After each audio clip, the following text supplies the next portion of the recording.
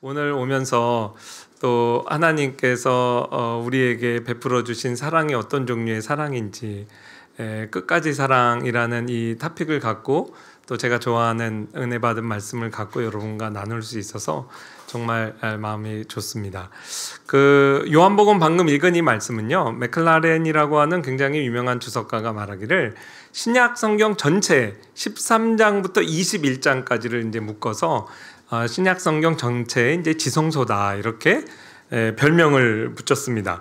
그도 그럴 것이, 요한복음 여러분 읽으시면 이제 늘 좀 그 느낌을 아실 텐데, 공간복음하고는 잘 겹치지 않는 내용들이 있죠.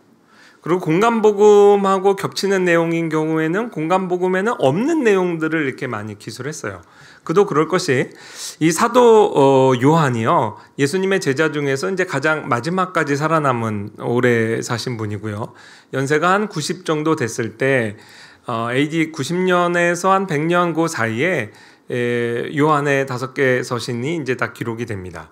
그러니까 그 이전에 예수님께서 부활하신 거를 기억하는 회중이 한 절반 정도 됐을 때 공간복음이 이제 기록됐다면, 이 요한복음은 그 세대가 이제 다 지나간 거예요. 게다가 이방인들을 대상으로 하여 이제 하나님께서 복음서, 마지막 복음서를 기록하셨기 때문에 저와 여러분 같이 직접적으로 예수님을 눈으로 보지 못했던 사람들에게 그 예수님과 제자들 사이에 있었던 이야기를 좀 자세하게 이제 기록했던 거죠. 교회의 요구도 있었다고 전승에 이제 기록 남아 있습니다. 자꾸 공간복음에 없는 이야기를 사도 요한이 이렇게 하니까 돌아가시기 전에 예수님하고 있었던 이야기 좀 다 남겨주세요. 물론 성령 하나님께서 요한복음을 기록하게 하셨지만 또 교회에도 간절한 필요가 있었던 것으로 이제 알고 있어요. 대표적으로 그래서 오늘 요한복음 13장부터 21장까지가 예수님이 잡혀 돌아가시기 전날 밤 일부터 부활하신 이후 그 짧은 기간의 내용을 아주 자세하게 상수를 하거든요. 여러분 읽으신 봉독한 그 말씀 바로 다음에 이 세족식 장면 나옵니다. 공간복음에 없어요. 그 당시의 기준으로도 감당하기 힘든 일을 예수님께서 하셨죠. 종들이 하는 일입니다. 오늘날도 우리가 수련회 가서 주일학교 아이들 발 씻어주면 아이들이 때로는 울기도 하죠. 교사 선생님들 눈물이 납니다. 예수님 생각을 하고 지금도 이렇게 우리에게 뭉클한 감격을 주는데, 그 당시 2000년 전에 예수님께서 모든 사회적인 어떤 표준을 깨고 이런 일을 하신 거예요. 그러면서 유언적으로 가르치신 거죠. 천국은 가장 높은 자리에 있는 자가 가장 낮은 자리에 내려와서 섬기는 거야. 말로만 한 게 아니라 이렇게 행동으로 가르쳐 주셨어요. 그리고 나서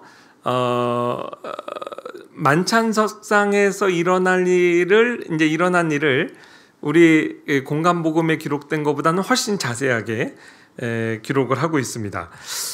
유명한 그림이죠. 레오나르도 다빈치의 최후의 만찬, 15세기 작품인데 미술사 이제 우리 책에 나오잖아요. 원근법으로 그렸다. 또 레오나르도 다빈치가 워낙 유명한 인물이니까 이 작품도 이제 유명해졌다고 생각을 해요.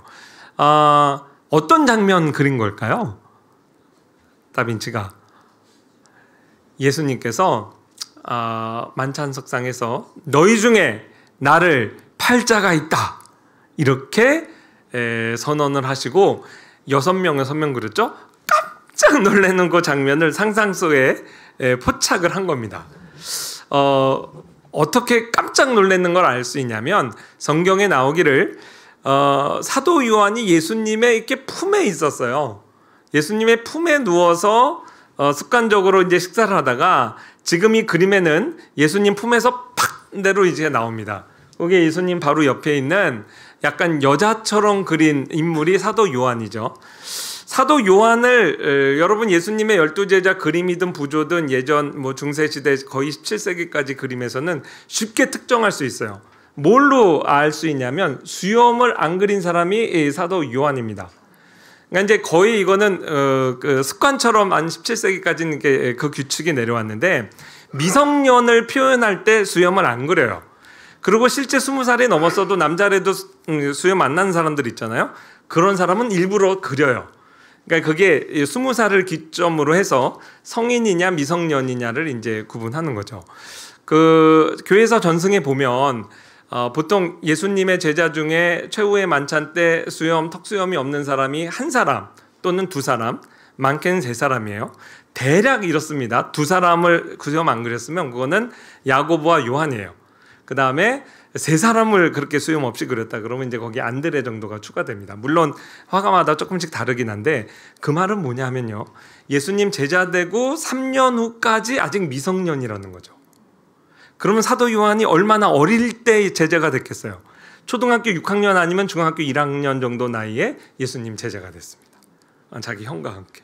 그리고 예수님과는 이종사촌간이에요. 그러니까 이제 이해가 되죠. 여러분 생각해 보세요. 예수님 아직 30대입니다.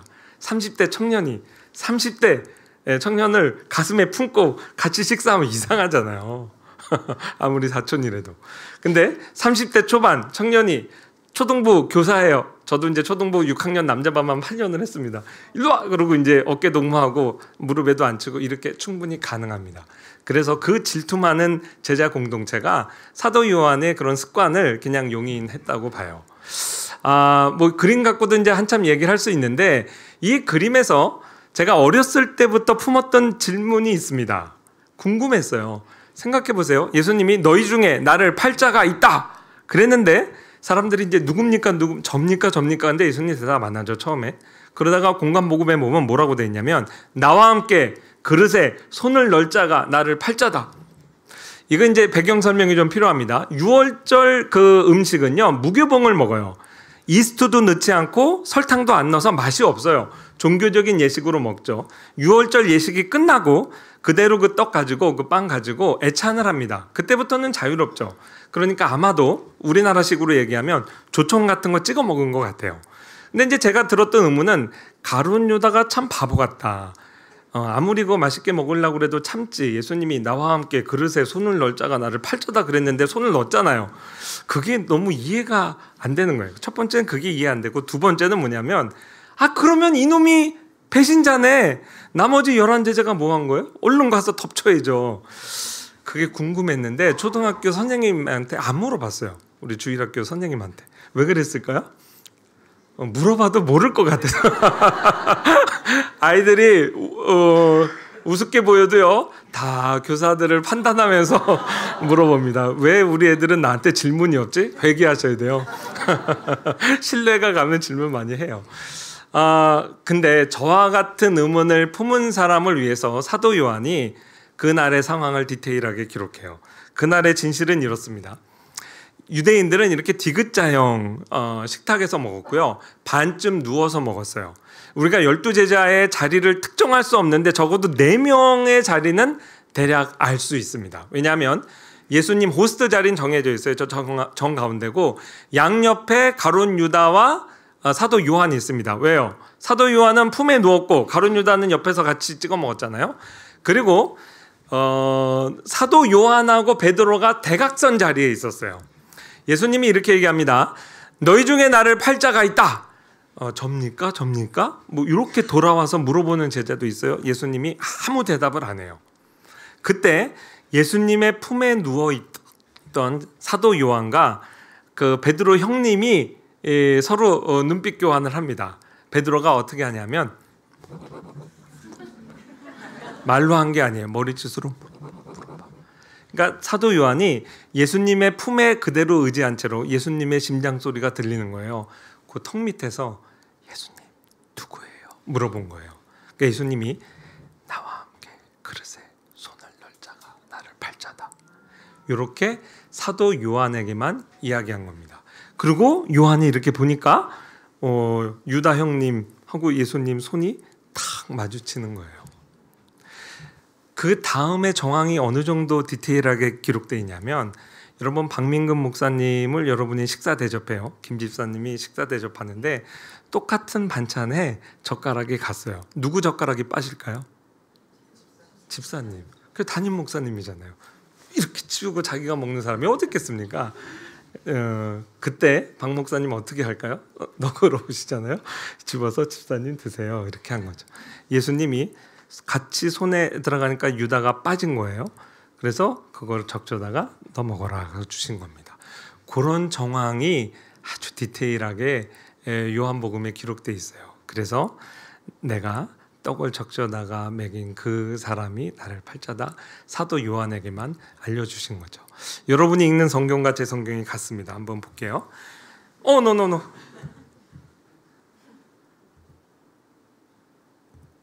예.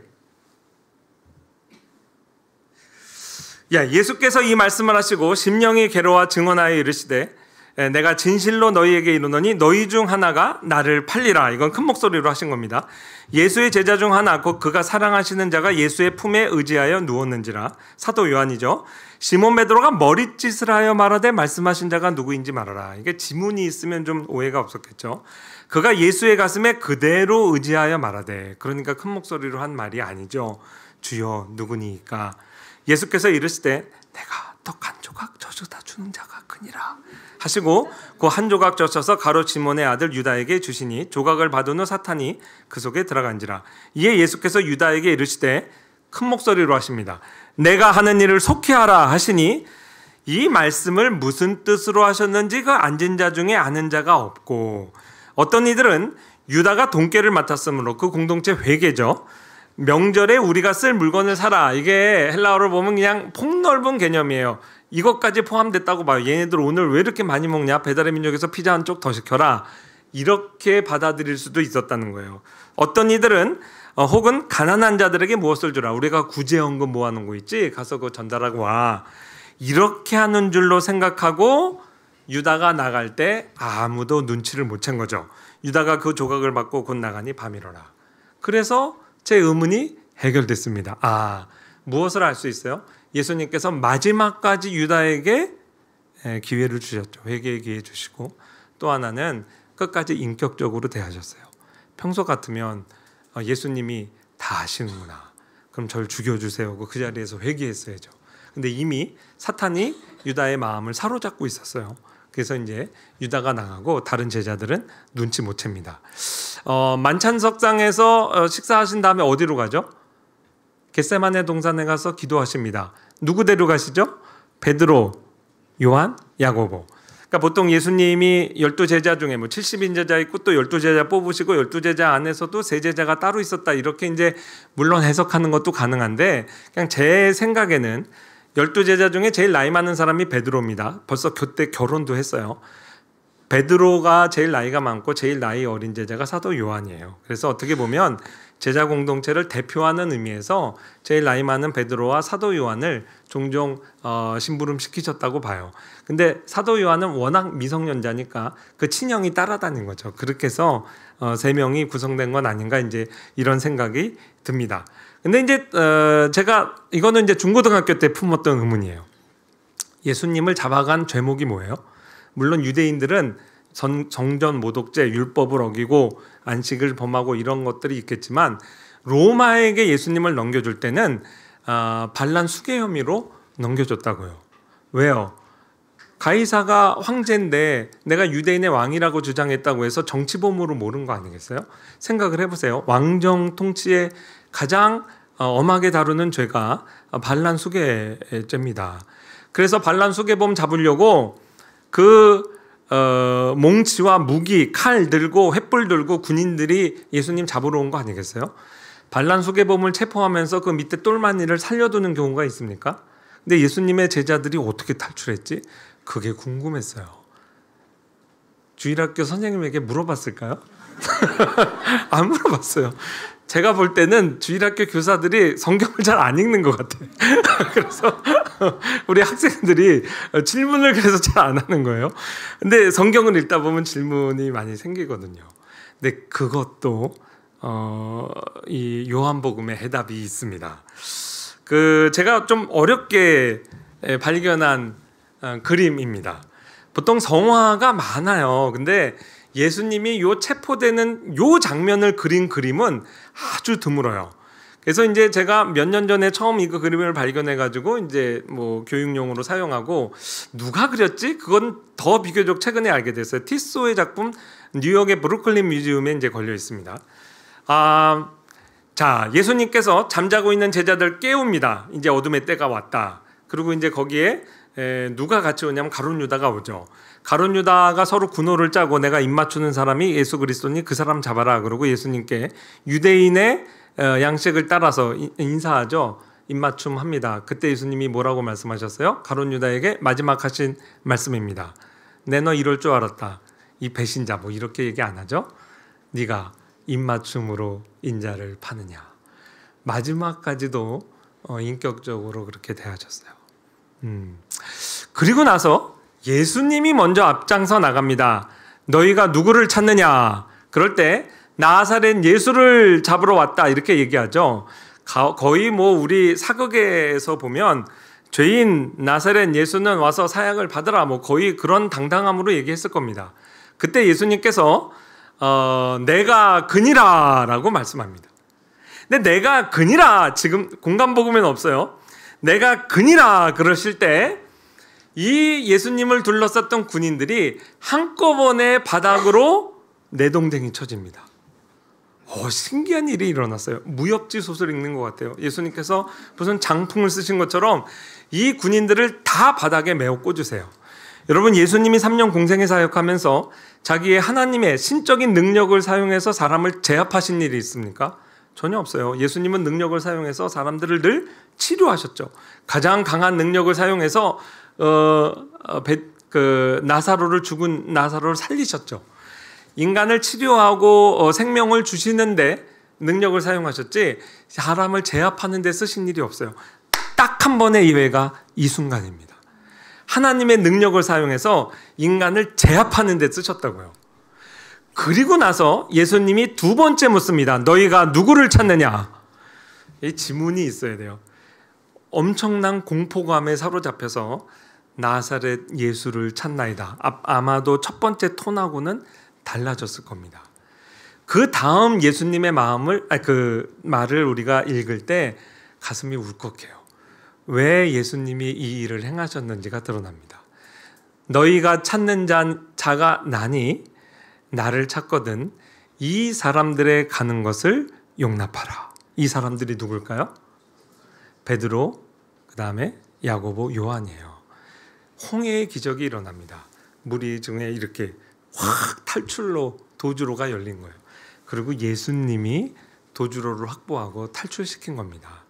어떻게 자기 힘으로 안 붙잡히고 도망갈 수가 있겠어요? 이 정도 되니까 베드로의 반응이 이해가 됩니다. 베드로가 칼을 뽑아가지고 말고 귀를 잘랐잖아요. 아니 그 겁쟁이 베드로가 어떻게 칼을 뽑았겠어요? 예수님이 말 한마디에 이 군대를 제압하는 거나 역시 우리 예수님.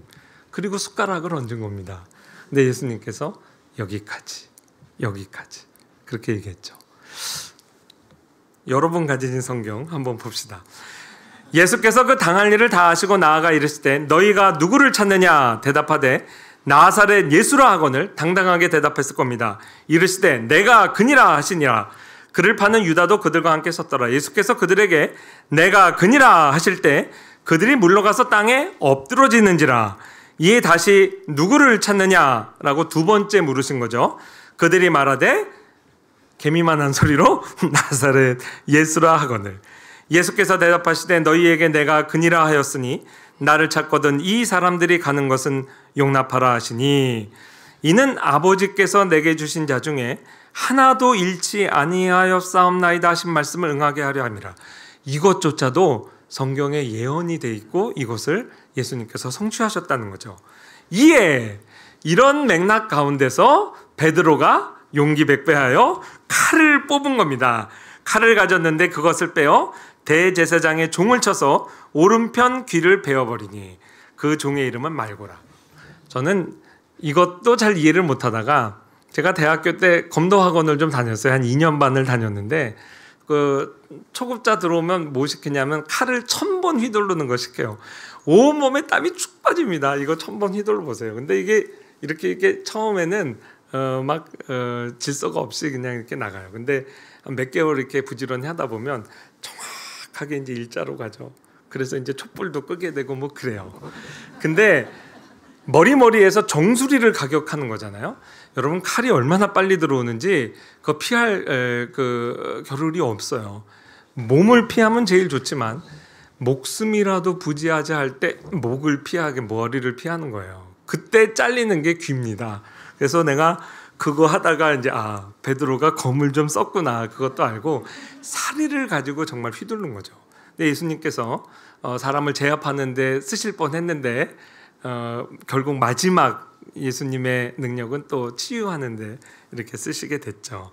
그리고 베드로에게 칼을 칼집에 꽂으라. 아버지께서 주신 잔을 내가 마시지 아니하겠느냐. 12영이나 12연대나 되는 천사를 동원해서 상황을 엎을 수 있는 거 너 모르냐. 그러나 예언이 그럼 어떻게 성취되겠냐 하고 이제 베드로를 탈출 이제 시키신 겁니다. 그 다음에 그 예수님께서는 그 가야바 대제사장 뜰에서 이제 재판을 받으시죠. 불법적인 재판을 받으시는데 그때 구타당하십니다. 눈을 가리고 막 사람들이 때렸어요. 그리고 예수님 조롱하죠. 네가 선지자라면 누가 우리 중에 너를 친 자가 누군지 맞춰봐. 얼마나 많이 맞으셨겠어요. 게다가 침뱉음을 당했습니다. 온갖 수욕과 모욕을 당하는데 그때 예수님 무슨 생각하셨을까? 베드로 생각했습니다. 베드로 보고 뭐라고 그랬어요? 닭 오기 전에 네가 3번 나를 모른다고 부인하리라. 베드로가 예수님 모른다고 그럽니다. 1번 모른다고 또 부인합니다. 2번 3번 모른다고 그때는 저주문까지 썼죠. 부인하고 꼭요 닭이 울어요. 하나 둘 셋 눈 마주쳐서 베드로하고 눈이 마주쳐요. 누가복음에 기가 막힌 말씀 기록되어 있죠. 베드로가 이르되 이 사람아 나는 내가 하는 말을 알지 못하노라 하고 아직 말하고 있을 때에 닭이 곧 울더라. 주께서 돌이켜 베드로를 보시니 그 베드로와 눈이 마주치고 베드로가 예수님의 그 시선을 받은 다음에 양심에 찔려서 나가서 통곡하고 회개한 거예요. 자, 예수님이 무슨 말 하셨을까요? 꼴 좋다. 내가 너 나 부인한다 그랬지. 너 하여튼 내가 부활하고 나서 보자. 넌 죽었어. 이랬을까요?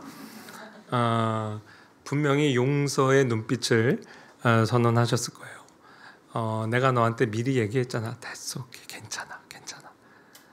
이미 얘기한 거잖아. I told you. 괜찮아. 베드로 괜찮아.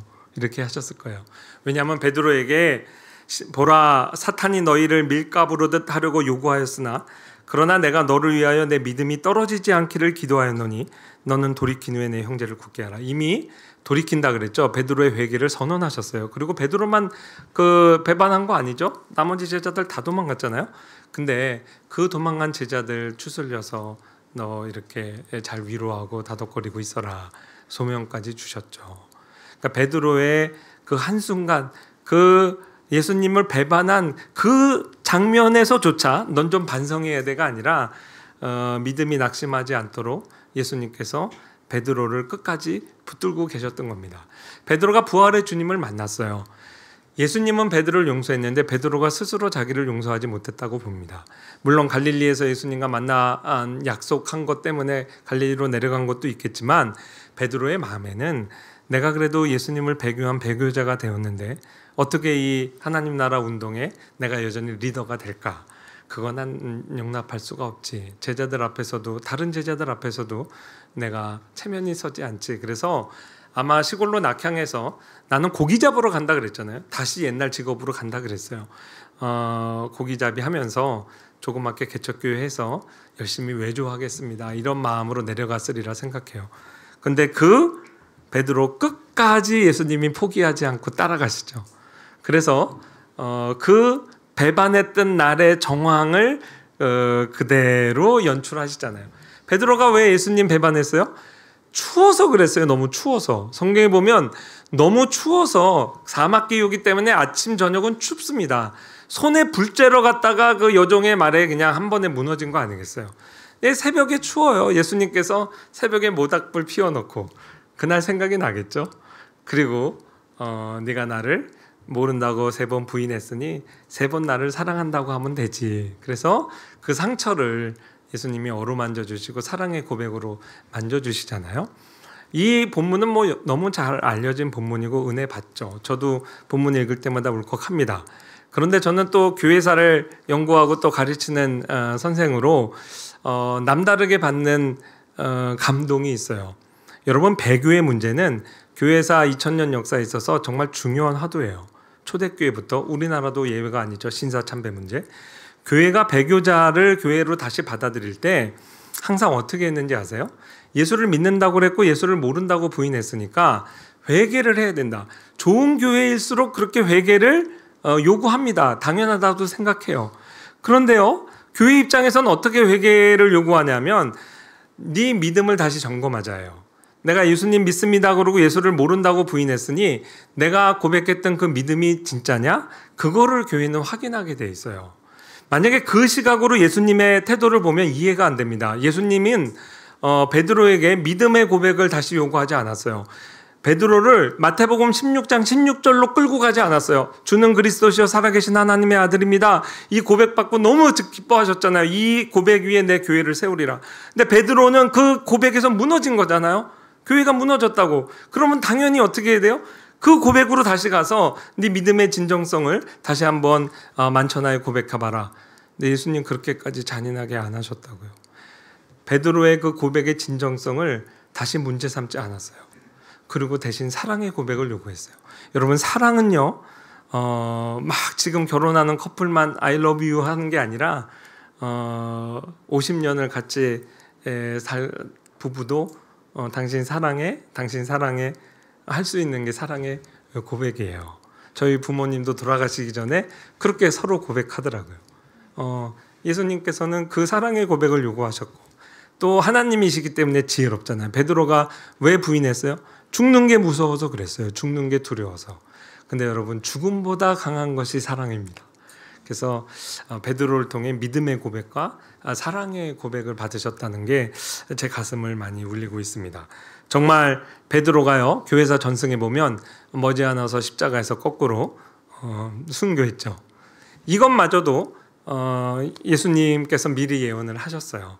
그의 죽음이 어떠한 죽음으로 하나님께 영광을 돌릴 것을 말씀했죠. 교회사 전승이 거의 틀림없다고 봅니다. 근데 여러분, 베드로만 이렇게 순교한 게 아닙니다. 나머지 12제자 마띠아까지 다 순교했어요.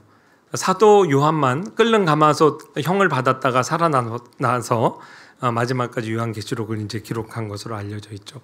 나머지 모든 제자들 각자의 소명의 현장에서 다 순교했습니다. 지금 여러분 보시는 그림은 15세기의 르네상스 화가라고 알려진 스테판 로크너라고 하는 이제 그 독일의 화가예요. 근데 그 쾰른 대성당 안에 우리나라로 하면 평풍 같은 그림에 12사도의 순교라는 제목으로 이렇게 이제 그림을 그려놨어요. 초대교회와 중세까지의 전승을 따라서 예수님의 제자들이 다 순교당하는 모습을 그렸습니다. 그 겁쟁이들이 다 순교당합니다. 예, 그 베드로 옆에 목베인 당한 사람 바울입니다. 바울 로마 시민권을 가졌기 때문에 십자가형을 당하지 않았어요. 첸나이에서 칼로 찔림 받아서 죽은 의심 많은 도마 사진도 있죠. 그림도 있죠. 다 각자 예수님 때문에 순교했어요. 제가 볼 때는 절반은 의리 같아요. 예수님의 끝까지 사랑에 정말 감동해서 이 제자들도 다 순교의 자리까지 기쁘게 나아갔습니다. 요한복음 21장으로 돌아와서 그 베드로에게 영광의 죽음을 선언하시니 베드로가 또 그 궁금한 거죠. 예수님 또 품 안에 있는 그 사도 요한, 이 사람은 어떻게 되겠습니까? 그랬더니 예수님 단호하게 말씀하죠. None of your business. 네 알 바 아니다. 각자 자기의 고난의 장과 소명의 자리는 다 달라요. 남의 거 쳐다보지 말라는 거죠. 제가 철이 없을 때는 사도 요한이 90세도 넘게 사셨다, 교회사에서. 그러니까 정말로 그게 부러운 적이 있었어요. 근데 지금은 생각이 완전히 달라졌습니다. 저랑 똑같은 생각을 하는 분이 있어요. 19세기의 주석가 멜랑톤이라는 사람이 이런 얘기를 했어요. 분명히 사도 요한도 고난의 잔을 마신다고 예수님이 예언했어요. 너희도 내 잔을 마시려니와. 그 고난의 잔을 마시겠다고 한 야고보, 제일 친형이 제일 먼저 목베임 당해서 순교하잖아요. 요한도 자기가 언제 순교할까 맨날 그거 기다렸을 거예요. 근데 웬걸 하나님이 계속 살려두면서 나머지 제자들이 다 순교하는 걸 보게 합니다. 마음이 좋았겠어요?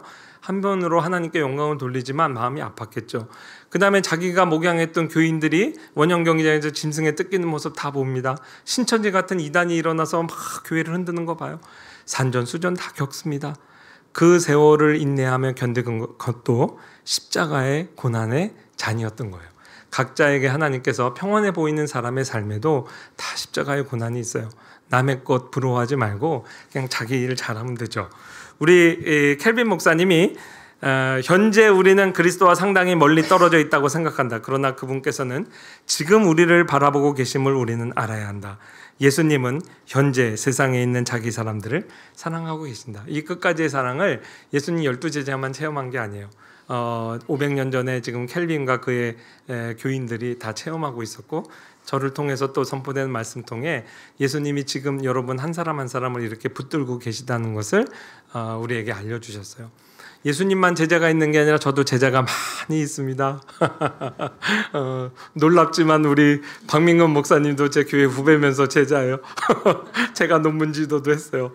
근데 우리 제자들을 예수님께서 이렇게 사랑하신 걸 알고, 저도 학교에서 우리의 학생들을 어떤 사랑으로 품어야 될까 총장이 된 다음에 특히 하나님이 요즘 깨닫게 해주시는 거는 기도다라는 생각을 해요.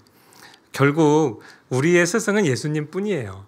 그러니까 예수 그리스도께서 각자 자기의 신자들을, 제자들을 끝까지 사랑하시는 거를 우리 사역자들은 옆에서 이제 수종 드는 거죠. 근데 어떻게 수종 들어야 되냐면 기도로, 말씀 사역으로 이렇게 수종을 드는 겁니다. 여러분 보고 계신 지금 그림은 엘리사가 수넴 여인의 죽은 아이를 살리는 장면이에요. 이 기도를 하는데 그냥 하는 것이 아니라 시신 위에 눈에 눈을 맞추고 코에 코를 맞추고 입에 입을 맞추고 손을 잡고 기도해요. 무슨 의미일까요? 차가운 시신을 나의 모든 온기를 다 이 아이에게 주시고 내 생명을 취하고 차라리 이 아이를 살려주세요. 그런 마음으로 기도하는 거라 생각해요. 정말 그렇습니다. 사실 저도 2017년에 저희 아버지 돌아가셨을 때 입관을 할 때 아버지 시신을 많이 얼굴을 쓰다듬었어요. 그렇게 사랑하는 사람을 쓰다듬을 수는 있어도 입에 입은 못 맞추겠더라고요. 근데 이것은 거의 모세가 생명책에서 차라리 내 이름을 지우고 하나님 이스라엘 살려주세요 하는 그런 기도라고 생각해요. 우리가 누군가를 위해서 기도할 때 예수님의 끝까지 사랑이 나를 통해서 그 사람에게 전달되기를 바랄 때 우리에게 하나님이 요구하시는 기도의 수준이 이런 거라 생각을 합니다. 그래서 이걸 깨닫고 지금 학기 중에 이제 우리 학생들을 한 명 한 명, 이제 전체는 아니고 너무 많으니까 MDB 학생들, 앞으로 이렇게 전도사 목사가 될 우리 학생들을 제가 일일이 만나요. 만나가지고 기도 제목을 받아서 한 학기에 1학년, 2학년, 3학년 세 차례에 걸쳐서 이렇게 기도회를 인도합니다. 그때 기도회 인도할 때 뭐 예를 들어 샘플로 보여드리는 거예요. 이렇게 5명 기도 제목을 하나하나 이렇게 같이 붙잡고 이제 기도를 하는데, 예를 들면 김현별 전도사님, 내가 삶을 살아가며 맞닥뜨리는 모든 일 가운데 은혜 의식을 가지고 주님께 대한 찬양과 감사로 이겨낼 수 있기를 기도합니다. 그러면 전체 이제 우리 재학생이 아멘. 그리고 그 순간만큼은 전교생이 이 학생의 기도 제목에 이제 반응해서 기도를 하는 거죠. 왜 그 학생 중에 이 사람만 제가 소개하느냐? 저희 학교 50년 역사에 최연소로 입학한 학생이에요. 19살에 대학원생이 된 겁니다. 그게 어떻게 가능할까? 중학교 3년을 1년에 패스하고 고등학교 3년을 1년에 패스했어요. 다 검정고시로. 그래서 아마 이 기록은 깨지지 않을 것 같아서. 근데 이렇게 어린 학생들이 이제 전도사 되고 강도사 되고 목사 되는 거예요. 이 학생들 기도 제목 갖고 기도하고, 학생들 면담 2시간씩 할 때 저렇게 제 기도 수첩에 기도 제목을 팍 적어요. 저 중에 공개할 수 있는 기도 제목 3개를 추리고 3개 중에서도 하나를 갖고 이제 이렇게 기도를 하는 거죠. 또 하나, 끝까지 사랑하시나, 졸업하고 나서 이렇게 제가 졸업생들 중에 특히 제 제자 교회를 이렇게 방문하면서 1만 원 후원 운동 이거 하거든요. 벌써 한 학기 지났는데 20개 넘게 이제 교회를 탐방을 했어요. 특히 이제 100명 이하의 작은 교회들, 개척교회를 탐방하는데 한 800교회 정도가 됩니다. 제가 탐방해야 될 대상이.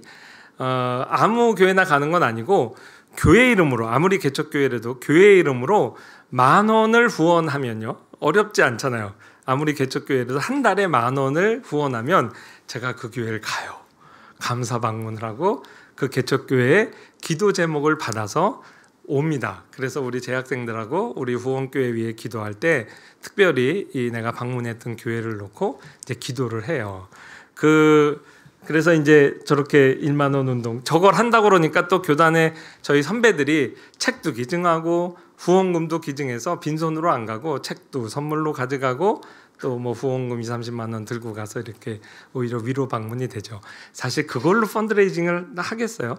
그거보다 더 중요한 것이 지금 재학생과 목회 현장을 연결시키는 거예요. 그래서 이제 예를 들어 박민근 목사님 이은교회도 제가 소개를 합니다. 그러면 우리 선배들이 저렇게 가서 열심히 사역하고 있구나. 그런 게 이제 도전도 되겠죠. 한 교회만 마지막 소개하고 마칠게요. 1월에 제가 이제 방문을 했는데 이 가정을 여러분 뭐 모르셔도 신문 기사를 통해 알았을 거예요. 그 78세 되신 노인께서 졸음 운전을 했어요. 그러니까 브레이크를 잡지 않고 그대로 그 버스 정류장을 덮쳤어요. 근데 거기에 고등학교 2학년 여자아이 다희라는 애가 있었는데 그 자리에서 즉사했습니다. 근데 보성화평교회 우리 윤태영 목사님의 셋째 딸이에요. 우리 박민근 목사님도 너무 잘합니다. 다희랑 어렸을 때 많이 놀아줬어요. 그 이제 여기 가가지고 저는 뭐 많이 울고 왔죠. 2년 전 사고인데 지금까지도 그 사택을 안 들어가고 계세요. 딸 생각이 난다고. 그래서 두 양반이 저 예배당에서 먹고 자고 해요. 슬픔을 이기질 못하고 계세요. 그런데도 뭐를 열심히 하나 이렇게 봤더니 이분이 보성에 개척교회 하면서 바로 그 다음 날부터 교통정리 봉사 활동을 했어요. 그 지역 주민의 마음을 얻었습니다. 제가 직접 들은 얘기인데 교회를 그렇게 싫어하고 아내가 교회 가는 걸 박해하는 경찰관 아저씨가 당신 좋은 교회 가려면 보성화평교회 가라. 내가 10년을 지켜봤는데 그 윤태영 목사가 진짜더라. 그러니까 실제 마음을 얻은 거죠. 그런데 딸이 교통사고로 죽었는데도 그 일을 계속 하시더라고요. 그 다음에 목요일마다 저렇게 370개의 붕어빵 구워가지고 열심히 전도해요. 그러니까 자기의 슬픔을 아직 이기지 못하는데도 열심히 사역자로서의 자기 소명은 묵묵히 감당하고 있는 모습이 저한테 굉장히 굵직한 감동을 줬어요.